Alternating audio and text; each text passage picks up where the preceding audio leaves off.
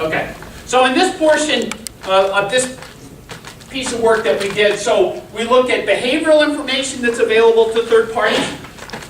In some case, we look at location and personal information that's available to third parties. To what extent are they being used? We also introduced sensitive topics. All right, the fact that I may have gone and done a search for cancer, the fact that I may visit gay and lesbian websites, which is considered sensitive by places that one looks. We tried to not just look at text ads, but looked at all kinds of ads. And we also tried to look at how these ad preference managers change as we induce different behaviors. So if you haven't, and you certainly can, here's an example of what the Google Ads Preference Manager might look like. All right? And so this is from one of our browsing sessions that shows at this point in one of our browsing sessions, Google indicates they think that we're interested in finance, in weather, and in golf. Okay?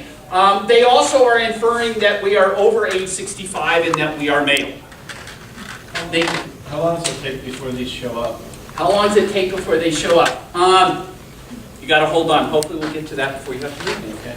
Soon. I'll get there. Okay. I'll show an example of kind of time-lapsed of how these things grow or shrink. Okay? We found about 10 ad networks that have some sort of an ad preference manager. I think Blue Kai was one that early on had one made had a lot of in terms of trying to be quite open. Just to give you a sense of not just from behavior but profile information, so probably a number of you use Pandora.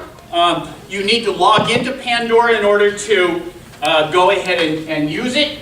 Pandora is actually happy to give away some amount of your information when you go, and that information is passed along to DoubleClick. They pass along the artist that you're listening to, the genre. I don't know where they got love genre when I was listening here. The age of our user, the gender, and the zip code. Very white.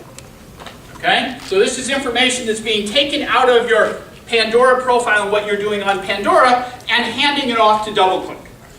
So one of the questions is not only what is DoubleClick doing with that information in terms of while you're on Pandora's site, but is DoubleClick remembering that information and handing it off and using that as I go on to other sites on the net. So this is basically what we did in this study. It's very much a black box, so you can think about this as being Google's ad network. All right? We had a number of inputs. We visited different web pages. We searched and gave textual information about different things. Okay? We had a current location. We had a profile information for our user that sometimes we logged into. So these were all inputs that we fed into an ad network. So we started with a clean browser that essentially knew nothing. Okay? And on the output side, we looked at measuring two things. One, we looked at this ad preference manager.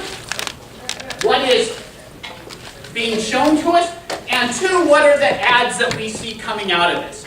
Okay? And trying to trace these four inputs in terms of showing up on these two outputs. Okay? All right. Initially, we looked at different ad networks. For lots of reasons, we ended up, and I'll just point that down here, we settled in and focused on Google. For lots of reasons, it kind of had the most amount of data that was easier for us to go ahead and identify. So we ran different experiments where in every experiment we induced or didn't induce particular behaviors. Okay, so just to give you some sense, the way we induced behaviors was going to different first-party sites. So we identified different first-party sites that we knew were using and displaying ads from Google on them. Okay? And so we would go to these first-party sites, and as a byproduct, we know that Google servers are being contacted. Okay? And so we had different kinds of sites that we were going to. Okay, a couple of sites, LinkedIn and Pandora, we're actually logging into those sites, so there's profile information there. Okay? All right, so to give you a sense of the kinds of things we saw, we actually have some actual ad capture. So if I go to the New York Times Science page and I see an ad for brain training games, then that is a contextual ad. It's contextual within, at least in the context of the page. Nothing surprising. Okay? I go to Pandora and I see an ad for the Boston Pops. Okay, so we're doing this from Worcester. We're about an hour outside of Boston. Location-based, using the location of the browser that I'm doing from. Again, nothing surprising. Okay? Sometimes using both context and location here, view gay men in Worcester when I visit gaylife.about.com. Okay, using location and using the fact that it's not just saying, okay, go ahead and view women in Worcester, but it's viewing gay men in Worcester. Okay, context again of the site. Okay, so we also looked at profile-based ads. So on Pandora, Pandora was a little bit different. So in Pandora's case, our user lived in New York City, but we were physically residing and running the tests in Worcester. Okay? So we both saw ads that essentially were picking up on our profile and picking up on New York. Okay? Picking up over here, we're viewing singles in Worcester, but we're at, our profile age of our user was 32, so at least we see a match for there. Is Google actually picking up and using this across different sites? It was kind of hard to say. We saw New York City show up a lot, although unfortunately in this one case we didn't have a control on that where we did not have New York City induced as something, and so we can't say with any certainty that, you know, what we have with Pandora is being used, or the information from Pandora is being used.